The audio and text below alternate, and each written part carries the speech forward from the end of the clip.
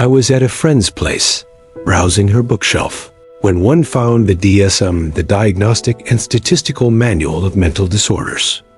It's psychiatry's encyclopedia of everything that can possibly be wrong with your mind. I opened it, started flipping through, and by the time I hit page 20, I had diagnosed myself with 12 disorders. Generalized anxiety. Obvious. Nightmare disorder. I have recurring dreams where people chase me while shouting that I'm a failure. Parent-child relational problems. I blamed my mother instantly. Malingering. I was so anxious about being labeled a faker, it almost validated the diagnosis.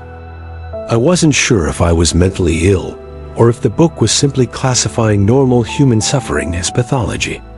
I needed clarity, so I turned to the one group guaranteed to give me an extreme perspective. The Scientologists. Brian, their leader, was part of a task force called the CCHR. Their whole mission is to destroy psychiatry. I asked him if he could prove psychiatry was flawed. He said yes. Then he said I should meet Tony. Tony was in Broadmoor Hospital, one of the UK's highest security psychiatric institutions. Brian told me Tony had faked being insane to avoid a prison sentence. But he played the part too well and ended up stuck there for years. Brian asked if I wanted to meet him. I said yes. Broadmoor looked less like an asylum and more like a high-end wellness center. Calming colors, pine furniture, and panic buttons on every wall. The patients were slow-moving and heavily medicated. Brian whispered that they were drugged, as if that was some unspeakable horror. I thought it seemed necessary. Then Tony walked in. He wore a pinstripe suit.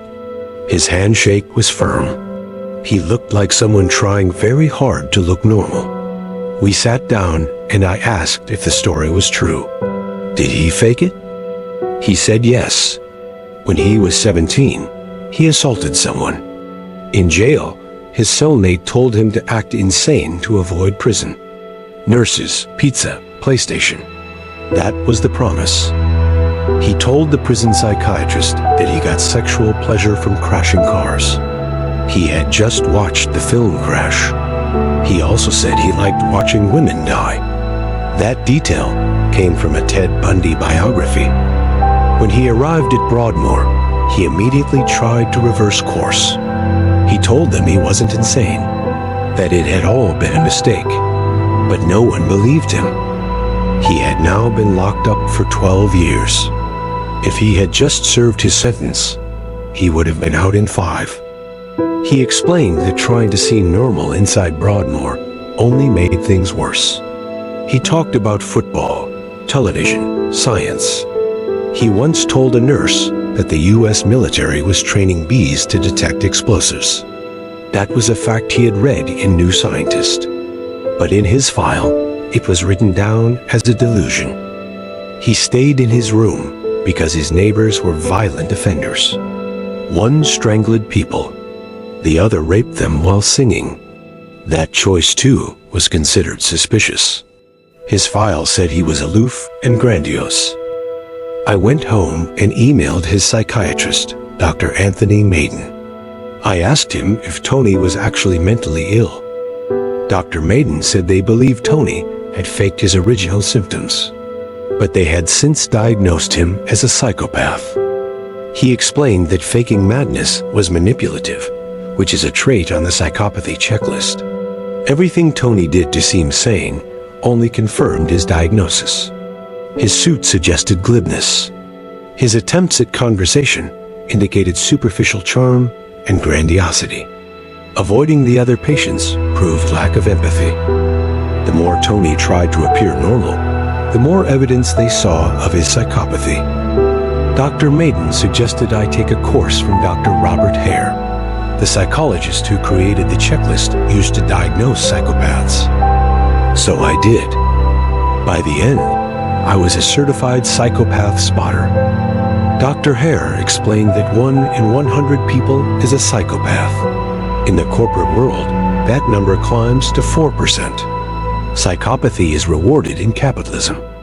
Lack of empathy, ruthless ambition, charm without conscience. He told me Tony was a minor case. The bigger issue was corporate psychopathy. So I wrote to executives from Enron. They didn't respond.